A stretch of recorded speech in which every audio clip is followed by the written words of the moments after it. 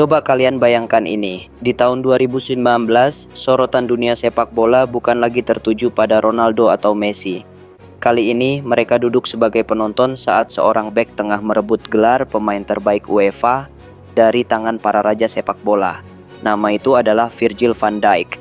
Tidak seperti Cannavaro yang mengangkat Ballon d'Or usai membawa Italia juara dunia, atau Beckenbauer yang meraihnya berkat prestasi di Euro. Van Dijk hampir mencapai puncak tanpa modal turnamen internasional. Yang dia bawa hanyalah lini belakang Liverpool yang dulu keropos.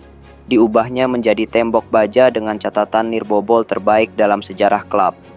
Dia jadi bek pertama dalam 14 tahun yang menyabet gelar pemain terbaik Liga Inggris, tampil dominan di final Liga Champions, dan meraih Man of the Match. Semua itu dilakukan dalam satu musim penuh, tanpa satu pun pemain lawan berhasil melewatinya. Yang lebih luar biasa lagi, dia mencatatkan rekor itu meski jumlah tackle-nya tergolong sedikit, lebih sedikit dari 89% bek tengah lainnya di liga. Tapi saat harus turun dalam duel, dia menang di hampir setiap kesempatan. Di udara, dia kalahkan hampir semua pemain, bahkan yang menjulang seperti Per Mertesacker. Dalam urusan tackle bersih, hanya Aaron Wan-Bissaka yang mampu menandingi. Bahkan Messi pun tak sungkan menunjukkan kekagumannya. Dan yang mengejutkan, semua ini masih belum jadi bagian paling hebat dari kisah hidup Van Dijk. Saat usianya tinggal beberapa bulan lagi menuju 20 tahun, Virgil van Dijk masih bekerja di sebuah restoran mencuci piring. 2 tahun kemudian, ia nyaris kehilangan nyawanya. Dan bahkan setelah itu, butuh waktu 6 tahun lagi sebelum akhirnya ia mengenakan seragam Liverpool. Van Dijk sendiri pernah berkata, "Saya bukan pemain istimewa." Saat berusia 16 tahun, ia hanya dikenal sebagai bek kanan yang lambat dan dianggap tidak cukup bagus untuk menjadi bek tengah. Ia lebih sering duduk di bangku cadangan, nyaris dikeluarkan dari akademi. Secara fisik pun ia tidak menonjol. Adik laki-lakinya yang masih berumur 14 tahun saat itu bahkan lebih tinggi darinya. Namun segalanya berubah drastis ketika tubuhnya tumbuh 18 cm hanya dalam waktu setahun. Mereka pun terpaksa memindahkannya ke posisi bek tengah. Tapi itu justru membawa masalah baru. Tubuhnya kesulitan menyesuaikan diri. Ia mengalami nyeri di pangkal paha, punggung, dan lutut. Ia absen dari latihan selama berbulan-bulan. Hanya bisa menghabiskan waktu di gym menjalani terapi agar ototnya bisa menopang tubuh barunya. Tapi meskipun sudah melalui semua itu, ia tetap dianggap pemain dengan banyak kekurangan.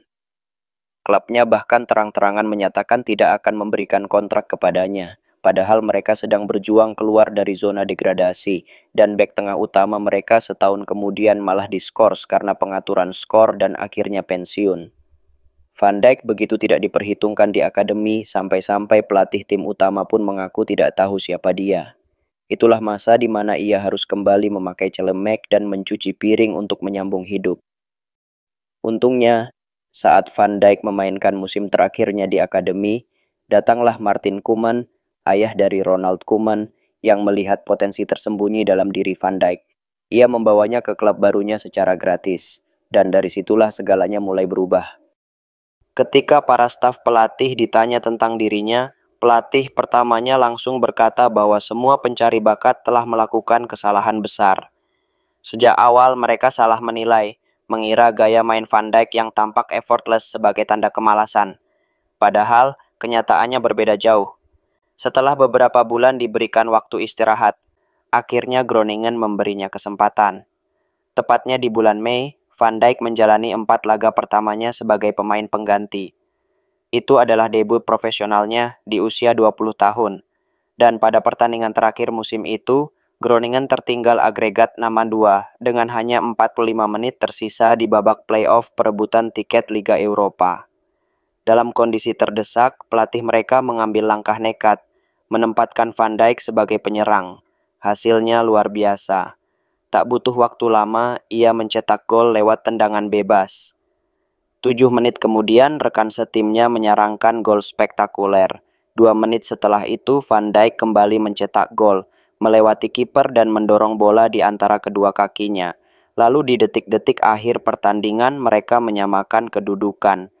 Itu jadi salah satu comeback paling epik dalam sejarah sepak bola Belanda. Pada pertandingan pertamanya sebagai starter dan di posisi yang bukan miliknya, Van Dijk langsung mengukir namanya dalam sejarah Groningen.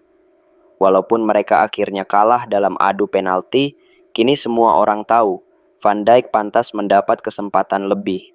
Namun saat karirnya mulai menunjukkan arah positif, musibah kembali datang. Setelah mencatatkan hampir 23 penampilan beruntun musim berikutnya, Van Dijk mulai mengeluhkan rasa sakit di perut. Sayangnya, tim medis Groningen gagal mendiagnosis bahwa itu adalah radang usus buntu. Ketika ia akhirnya dilarikan ke rumah sakit, usus buntunya telah pecah, menyebabkan peritonitis dan keracunan ginjal. Dalam pengakuannya, ia berkata, "Saat itu saya ingat mereka meminta saya menandatangani surat wasiat. Hidup saya benar-benar dalam bahaya." Ia menjalani operasi darurat, dan dalam masa pemulihan, ia kehilangan berat badan sebanyak 16 kg. Ia bahkan tidak mampu bangun dari tempat tidur selama berminggu-minggu. Tubuhnya hancur. Saat akhirnya Van Dijk kembali ke lapangan 5 bulan setelah operasi darurat, pelatih yang memberinya kepercayaan sudah dipecat. Semua pencapaian yang ia raih seolah hilang begitu saja. Tapi Van Dijk tidak mengeluh. Ia memilih jalan sederhana, bekerja lebih keras. Meski Groningen punya catatan buruk di lini serang, Van Dijk mengunci lini belakang mereka begitu rapat hingga klub tetap berhasil merebut tiket ke Liga Eropa. Namun tetap saja, meskipun sang agen berkali-kali menawarkan jasanya ke klub-klub papan atas Belanda, tak satu pun yang tertarik. Di sisi lain, jauh di Skotlandia, para pencari bakat Celtic menunjukkan rekaman beberapa bek tengah pada pelatih Neil Lennon. Begitu melihat Van Dijk, Lennon langsung curiga. "Anak ini terlalu bagus, pasti ada yang disembunyikan Groningen," katanya. Tapi nyatanya tidak ada yang disembunyikan. Hanya dengan 2,6 juta, mereka berhasil membawanya ke Glasgow. Baru 5 pertandingan, Van Dijk langsung jadi starter. Tak butuh waktu lama, ia berubah menjadi pemain terbaik di Skotlandia. Pada Februari, Celtic mencetak rekor clean sheet terbanyak sepanjang sejarah liga. Van Dijk tampil dominan, mencetak gol lewat sundulan, tendangan bebas, assist, bahkan pernah menggiring bola dari setengah lapangan hingga mencetak gol sendiri. Ia benar-benar tak bisa dihentikan. Celtic menutup musim dengan 99 poin dan hanya sekali kalah. Van Dijk begitu dominan sampai pelatih baru mereka, Ronny Deila, mengaku Van Dijk pernah berkata bahwa ia merasa bosan. Liga terlalu mudah baginya. Musim berikutnya, ia memimpin tim mencetak rekor baru. Hanya kebobolan 17 gol sepanjang musim. Ia sendiri mencetak 10 gol dan 6 assist dari posisi bek tengah, tanpa penalti. Bahkan Sergio Ramos pun belum pernah menyentuh catatan seperti itu. Statistik membuktikan bahwa Celtic punya peluang menang hampir 2 kali lipat lebih besar saat Van Dijk bermain. Maka saat bursa transfer mendekati penutupan, tawaran mulai berdatangan. Dari Sunderland, Newcastle, bahkan Arsenal. Tapi pada akhirnya, Ronald Koeman datang memanggil, dan Van Dijk tak bisa menolak. Dengan nilai transfer 16 juta, ia resmi bergabung ke Southampton, menjadikannya bek Belanda termahal sejak Jaap Stam. Namun awalnya banyak yang tak mengerti. Di laga debutnya, Van Dijk tak mencatatkan satu pun tackle, tapi Ronald Koeman menyebut penampilannya sempurna, sesuatu yang bertentangan dengan filosofi Liga Inggris yang mencintai tackle keras dan permainan no-nonsense. Namun tak butuh waktu lama untuk membungkam kritik. Bermain bersama Jose Fonte, Van Dijk membantu Southampton tak terkalahkan selama 2 bulan di awal 2016. Dan finish di posisi ke-6. Hanya terpaut 3 poin dari zona Liga Champions, pencapaian terbaik klub dalam 31 tahun terakhir. Jika saja bukan karena Leicester memenangkan liga saat itu, mungkin dunia akan lebih banyak bicara tentang Southampton. Skuad mereka solid, ada Sadio Mane, Dusan Tadic, tapi tetap Van Dijk lah yang terpilih sebagai pemain terbaik klub musim itu. Meski begitu, pengakuan yang ia terima belum sepadan. Ia belum mencapai bentuk terbaiknya. Bahkan musim itu, ia masih mencatatkan jumlah tackle lebih banyak dibanding 77% back di Premier League. Ia masih berusaha menyesuaikan diri dengan tuntutan publik. cinta dari fans Southampton pun mulai pudar. Setelah mencetak gol dan menjadi kapten saat mengalahkan Inter Milan dan juga memimpin kemenangan atas Arsenal dan Liverpool hingga masuk final Piala Liga, Van Dijk mulai bermimpi lebih besar. Tapi kenyataannya, Mane sudah lebih dulu pergi, Fonte juga hengkang, dan Van Dijk mengalami cedera parah, absen hingga akhir musim. Meski tak bisa disalahkan, itu tak menghentikan rumor transfer, sampai akhirnya muncul insiden besar. Klopp kedapatan secara ilegal menghubungi Van Dijk, menawarkan kontrak tanpa sepengetahuan Southampton. Setelah ancaman tuntutan hukum membuat Liverpool mundur, Van Dijk tetap bersikeras pindah.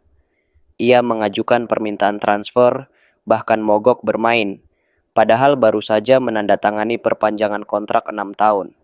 Akhirnya, meski berhasil mempertahankannya selama 6 bulan lagi, fans merasa dikhianati. Cinta berubah jadi luka. Bahkan ketika Liverpool akhirnya membayar rekor dunia 75 juta euro, itu tetap tak bisa menyembuhkan rasa kecewa mereka. Tapi jika melihat dari sudut pandang Van Dijk, mungkin itu semua justru langkah terbaik dalam hidupnya. Dalam beberapa tahun terakhir, seiring kepercayaan dirinya tumbuh, gaya bermain Van Dijk mulai berubah. Begitu ia bergabung dengan Klopp, semua keraguan soal harga mahalnya runtuh. Di setengah musim pertamanya, rata-rata ia hanya melakukan 1 tackle per pertandingan, lebih sedikit dari 87% bek Liga Inggris lainnya. Tapi coba tebak, berapa kali dia dilewati lawan? 1 kali, hanya 1. Van Dijk menghidupi filosofi Maldini. Kalau aku harus melakukan tackle, berarti aku sudah membuat kesalahan. Sebelum kedatangannya, lini belakang Liverpool sering jadi bahan tertawaan. Kesalahan demi kesalahan terjadi, bahkan tim seperti Spartak pun bisa menahan imbang mereka. Dan Sevilla mencetak 5 gol dalam 2 pertemuan. Pertahanan mereka begitu rapuh, hanya mengandalkan serangan trio depan yang tajam. Namun setelah Van Dijk datang, tembok pertahanan Liverpool terbentuk. Porto tak bisa mencetak 1 gol pun, City cuma 1. Roma nyaris memberi kejutan, tapi Liverpool lolos ke final Liga Champions. Dan walaupun Karius jadi kambing hitam karena blundernya, tak ada yang bisa menyalahkan Van Dijk. Bahkan gol salto Bale pun tak bisa dihentikan siapapun. Musim penuhnya pertama kali bersama Liverpool adalah sejarah. Mereka cuma kebobolan 22 gol sepanjang musim. Hanya tim Mourinho dan Arsenal era Tony Adams yang lebih baik dari itu. Mereka hanya kalah sekali dan meski tak juara, Van Dijk mencatatkan rekor tak bisa dilewati 1 lawan pun sepanjang musim. Banyak fans rival mencibir rekor itu, menuduhnya bermain aman demi statistik. Padahal, statistik lain menunjukkan dia hanya sprint selama 90 detik per laga, terendah di antara para bek. Tapi seperti kata Pirlo, sepak bola dimainkan dengan kepala, kaki hanya alat. Van Dijk bukan bek biasa. Ia bukan pemburu bola, tapi pengatur tempo. Ia seperti medan gravitasi yang menolak serangan musuh hanya lewat kehadiran. Itulah sebabnya meski Liverpool gagal juara, dia jadi bek pertama dalam 14 tahun yang memenangkan PFA Player of the Year. Di Liga Champions, ceritanya makin gila. Di laga perdana melawan PSG, dia cedera tulang rusuk tapi tetap main. Ketika kapten utama cedera, para pemain memilih Van Dijk sebagai kapten, baru 10 bulan sejak dia datang. Di fase gugur, meski absen di leg pertama lawan Bayern, dia kembali memberi assist dari jarak 50 meter dan mencetak gol penentu. Di semifinal melawan Barcelona, comeback legendaris tercipta. Meski Origi dan Wijnaldum jadi bintang headline, Van Dijk lah yang mengunci Messi. Di final dia jadi man of the match, mematikan pergerakan Kane dan Son dengan mudah seperti mencuri permen dari anak kecil. UEFA menobatkannya sebagai pemain terbaik Eropa. Bahkan Messi pun memuji, katanya Van Dijk sulit dilewati karena tahu kapan harus bergerak. Namun saat Ballon d'Or diumumkan, hanya selisih 7 poin yang membuat Messi menang dari Van Dijk. Andai kata negara asalnya, Suriname dan Belanda, berani pilih dia sendiri, sejarah bisa berubah. Namun ia tak berhenti. Beberapa minggu setelah Ballon d'Or, dia memimpin Liverpool jadi juara Piala Dunia antar klub. 6 bulan setelah itu, mengakhiri puasa gelar Liga selama 30 tahun. Tapi saat semua mulai percaya bahwa Van Dijk adalah bek terbaik dunia, ia dihantam keras oleh Pickford di laga derby, merobek ACL-nya dan membuatnya absen selama 285 hari. Setelah kembali, publik hanya membicarakan satu hal, apakah dia bisa kembali seperti dulu? Dan meskipun pertanyaan itu tak pernah benar-benar hilang, satu hal pasti, tanpa Van Dijk, Liverpool tak bertaring. Tapi bersamanya, mereka kembali jadi tim juara. 2 piala langsung mereka raih setelah dia pulih, dan sejak saat itu, setiap kali Van Dijk bermain di puncak performa, Liverpool juga demikian. Terima kasih bagi kalian yang sudah menonton sejauh ini. Untuk kalian yang menyukai video ini, bisa klik like, share, dan subscribe. Dan apabila ada opini, koreksi, atau saran, bisa kalian tulis di kolom komentar. Terima kasih.